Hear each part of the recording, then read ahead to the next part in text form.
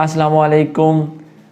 Europe में या बिलखुसूस Spain में जिन लोगों के पास डॉक्यूमेंट्स हैं उनका तो हमेशा से उनके पास राइट्स होते हैं, लेकिन वो लोग जो स्पेन में या यूरोपियन यूनियन के अंदर वो अनडॉक्यूमेंटेड हो तो उनके क्या राइट हैं या नहीं हैं। तो इस बात को अगर समझना चाहें तो सबसे जो मेन चीज़ है वो ये समझने वाली होती है, जो फंडामेंटल राइट हैं वो इंसान के साथ अटैच होते हैं, चाहे उसका कोई स्टेटस हो या ना हो, यानी कि कोई उसके पास लीगल कोई स्टेटस किसी भी कंट्री में हो या ना हो। जो फंडामेंटल राइट हैं वो हर इंसान का बुनियादी हक होता है। तो इस हवाले से अगर आप बिलफर्ज स्पेन में रह रहे हैं और आपके पास पेपर नहीं है आगे, यानी कि आपके पास रेजिडेंस कार्ड नहीं है और आपके छोटे छोटे बच्चे भी हैं, तो याद रखें आपके उसके बावजूद आपके कुछ राइट्स हैं जो आपको मिलने चाहिए। अगर आपको नहीं मिल रहे तो आप लेने के हकदार ज़रूर हैं। मिसाल के तौर पर अगर आप बीमार हो जाते हैं तो स्पेन में आपके पास राइट है कि आप डॉक्टर के पास जाएँ और आपका चेकअप हो।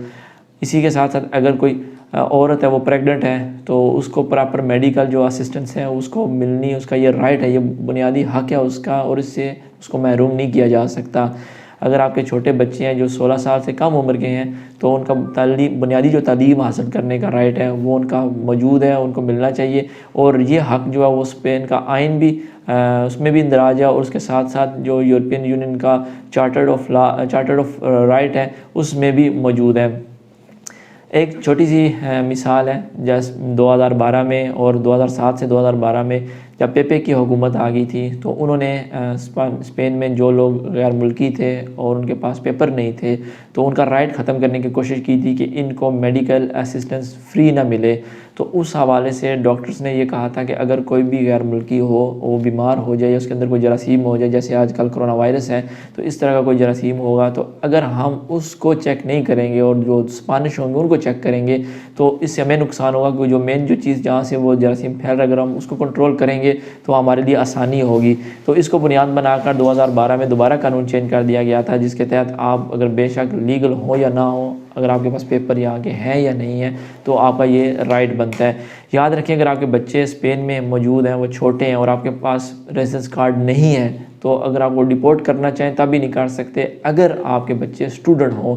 जिनके बच्चे यहाँ पर स्पेन में स्टूडेंट्स होंगे उनके वालिदैन को भी डिपोर्ट नहीं किया जा सकता जब तक उनकी तालीम मुकम्मल नहीं हो जाती। अगर आप काम कर रहे हैं किसी के पास, आप इल्लीगल हैं, तो आपको मालूम होगा कि जो इल्लीगल किसी के पास जॉब कर रहा हो और उसको तनख्वाह ना मिले तो यहाँ का जो कानून है, जो इस्तातूतो दे ट्राबाजादोरेस है, उसमें ये बाकायदा ये लिखा हुआ है कि ये वर्कर का राइट है कि अगर वो काम कर रहे हैं चाहे उसके पास परमिशन है या नहीं है, उसका तनख्वाह लेना उसका हक है। इसीलिए जो लोग स्पेन में इल्लीगल हों, काम कर रहे हों किसी के पास, तो वो कोर्ट में जाकर क्लेम कर सकते हैं कि उनका मालिक उनको राइट नहीं दे रहा, उनको तनख्वाह नहीं दे रहा, तो उसकी बुनियाद के ऊपर उनको पेपर भी मिल जाते हैं और जो उनका राइट है तनख्वाह का वो भी उनको मिलता है। इसके साथ साथ ये भी है कि अगर बिलफर्ज आप आपके पास पेपर नहीं है स्पेन के और आपका राइट बनता है पेंशन का, तो वो भी आप ले सकते हैं। तो कुछ ऐसे हकूक़ हैं जो आप ले सकते हैं, चाहे आपके पास कोई रेजिडेंस कार्ड हो या यहाँ पर लीगल स्टे रखने के लिए कोई भी डॉक्यूमेंट हो या ना हो, कुछ मेन जो राइट हैं वो आपका हक है।